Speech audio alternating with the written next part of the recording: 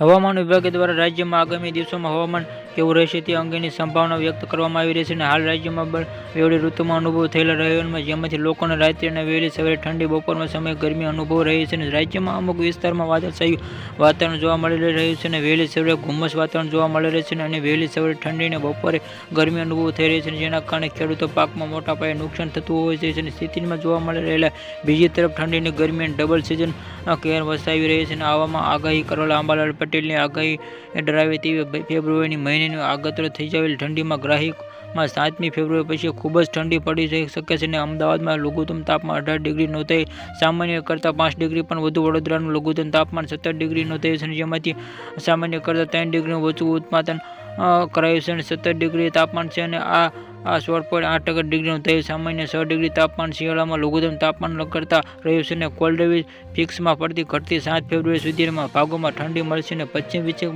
અસરમાં તળેલા રાજ્યોમાં 7 ગાત્રોમાં દિવસથી ઠંડી પડશે અને 7 ફેબ્રુઆરી સુધીના અનેક ભાગોમાં આ પશ્ચિમ જોવા મળેલા આ પાક ખાસ કરીને અનુભવ ઠંડી થશે. સમય કાતરો ધીજવી દેવી એવી ઠંડી પડશે. આ તરફથી હવામાન વિભાગે આગામી 5 દિવસ વાતાવરણ સૂકું રહેશે તેવી આગાહી કરી છે. દિવસોમાં વરસાદની પણ આગાહી નથી અને 5 દિવસ તાપમાન 2 ડિગ્રી વધારો વેસ્ટર્ન ડિસ્ટર્બન્સની અસર કારણે આ રાજ્યમાં વાદળમાં ઉત્તર પશ્ચિમ વિસ્તારની દિશામાં ફૂંકાઈ રહ્યો છે અને મીનાના બેવડી ઋતુમાં 15 ડિગ્રી, ગાંધીનગર 14.6